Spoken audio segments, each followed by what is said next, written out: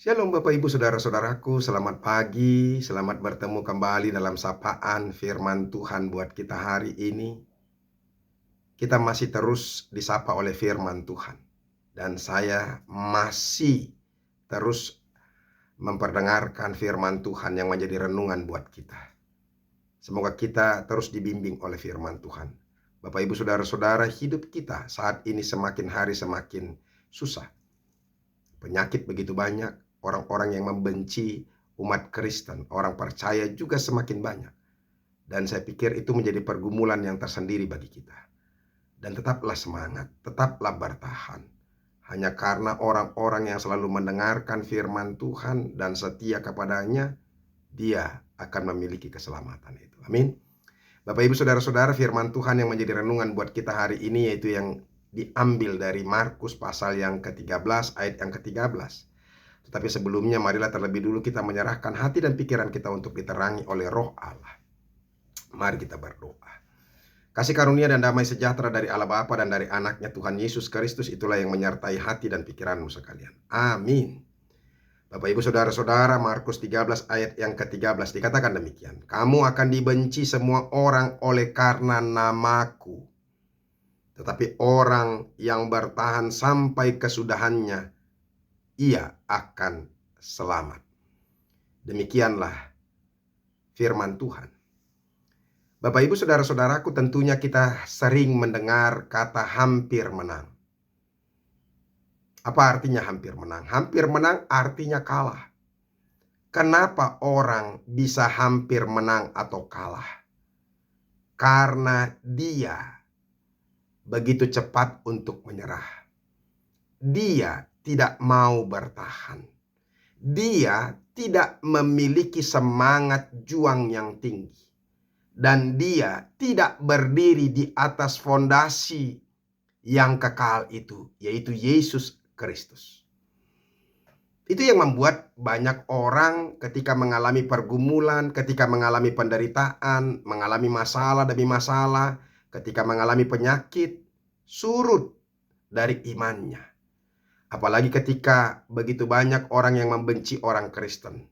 Kesesakan demi kesesakan sering terjadi. Ada banyak gereja yang dihancurkan, dibakar. Ada banyak hamba-hamba Tuhan yang mengalami penderitaan bahkan terbunuh. Bahkan bukan hamba Tuhan, termasuk orang-orang Kristen.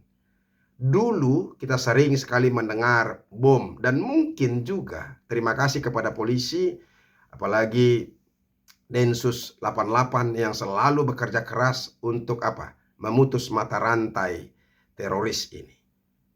Dulu sering sekali kita mendengar bom di sana sini. Dan gereja menjadi sasaran. Umat Tuhan menjadi sasaran. Apapun yang terjadi saudara-saudara, isu-isu apapun yang sedang terjadi, yang jelas efeknya pasti ke umat orang percaya, ke umat Kristen. Saudara-saudara, itu sudah menjadi menjadi bagian dari kehidupan orang Kristen.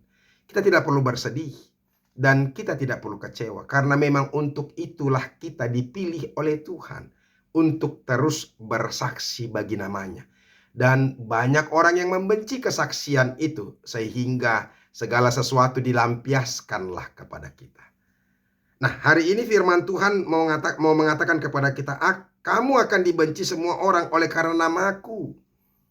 Kita akan dibenci oleh karena nama Yesus Kristus.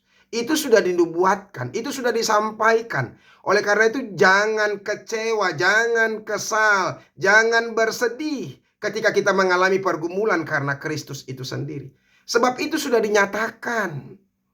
Makanya mengikut Kristus itu benar-benar harus dari Dari dalam, dari hati yang dipenuhi oleh Roh Kudus Tuhan. Maka kita akan kuat. Dari pengenalan akan siapa Kristus, itu yang meneguhkan kita. Kalau kita berpijak pada pondasi yang kekal, yaitu Yesus Kristus yang menjadi Tuhan itu, maka kita tidak akan pernah goyah sedikit pun. Bahkan saudara-saudara, ingat, kita harus berpegang teguh di dalam pengharapan kita. Itu yang disampaikan oleh Oleh Ibrani pasal yang ke-10 ayat yang ke-23. Dikatakan demikian, marilah kita teguh berpegang pada pengakuan tentang pengharapan kita. Sebab ia yang menjanjikannya setia. Siapa yang menjanjikannya? Yaitu Yesus Kristus. Dia Allah yang setia. Dia selalu melihat kita. Dia tidak pernah membiarkan kita sendiri dalam setiap pergumulan. Dalam setiap masalah yang kita hadapi, ingatlah, saya mau katakan kepada kita, kita tidak dibiarkan sendiri. Makanya tetap semangat. Itu yang dikatakan oleh firman Tuhan, saudara-saudara, Matius 28 itu. Ayat yang ke-20, 20b. Dan ketahuilah, aku menyertai kamu senantiasa sampai akhir zaman. Saudara-saudara, kata senantiasa, aku menyertai kamu senantiasa. Senantiasa. Artinya terus menerus, setiap waktu. Pagi, siang, malam, bahkan subuh, setiap menit, setiap jam, setiap detik kehidupan kita terus disertai oleh Tuhan. Makanya saudara-saudara, hidup kita ini disertai oleh Tuhan. Walaupun terus terang, saya mau mengatakan kepada kita, Yesus tidak pernah berjanji bahwa engkau tidak mengalami penderitaan, engkau tidak mengalami kesulitan, engkau tidak mengalami aniaya. Tidak ada janji Tuhan yang seperti itu. Tapi untuk menyaksikan Kristus, menyaksikan imanmu, engkau disertai senantiasa sampai akhir zaman. Makanya berpegang teguhlah pada pengharapan kita, sebab Dia yang menjanjikan itu setia. Bahkan lebih tegas lagi dikatakan tentang penyertaan Tuhan, saudara-saudara, dalam kehidupan kita. Zakaria 2 ayat 8. Dikatakan di situ, sebab siapa yang menjamah kamu berarti menjamah biji matanya. Biji matanya. Artinya saudara-saudara, orang yang menganiaya kita sedang menganiaya Tuhan. Orang yang menjamah kita sedang menjamah Tuhan. Dan akibatnya fatal. Jadi orang-orang yang tidak percaya bahkan membenci kita, ya, itu dia sedang membenci Tuhan. Dan akibatnya Tuhan pasti akan mendatangkan hukuman yang parah, yang mengerikan kepada mereka. Nah, oleh karena itu tetaplah bertahan, tetap semangat, ya. Jangan ragu-ragu, jangan takut dengan situasi apapun yang sedang terjadi. Ya, kita tetap berpegang teguh terus. Itu yang mau disampaikan oleh firman Tuhan ini kepada kita. Supaya jangan ada orang yang hampir menang. Tetapi memang harus benar-benar dia menang.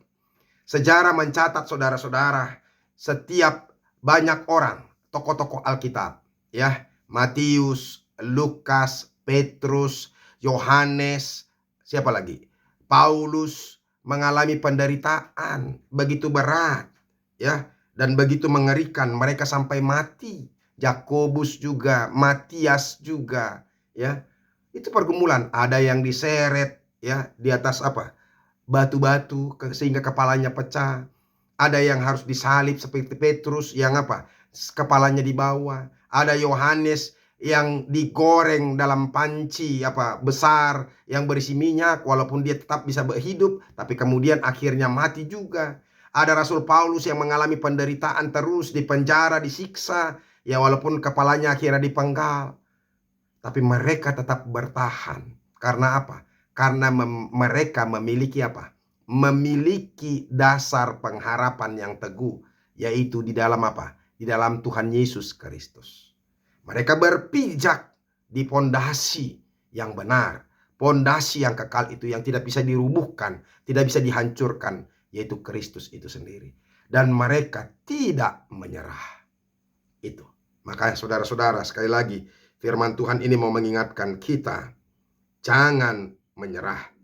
Jangan menyerah, bertahanlah terus. Itu yang mau dikatakan, kamu akan dibenci semua orang oleh karena namaku, tetapi orang yang bertahan sampai kesudahannya, ia akan selamat. Ingat, kalau kita bertahan, saya selalu berkata, hanya satu langkah lagi.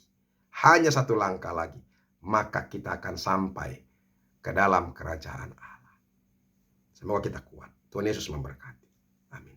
Terima kasih Tuhan untuk firman-Mu yang selalu mengingatkan kami dan meneguhkan kami untuk tetap bertahan dalam iman, setia berpengharapan kepada Kristus, dan tidak menyerah. Bahkan kami harus terus memegang teguh iman kami. Terima kasih Yesus untuk itu. Ini menjadi penghiburan yang meneguhkan kepada kami. Dalam nama-Mu kami berdoa dan ucap syukur. Amin. Bapak Ibu Saudara-saudara, kita sudah dengarkan firman Tuhan. Tetap semangat, tetap setia, percayalah kepada Tuhan, bertahanlah terus, maka engkau akan selamat. Sampai ketemu besok. Tuhan Yesus memberkati. Salam.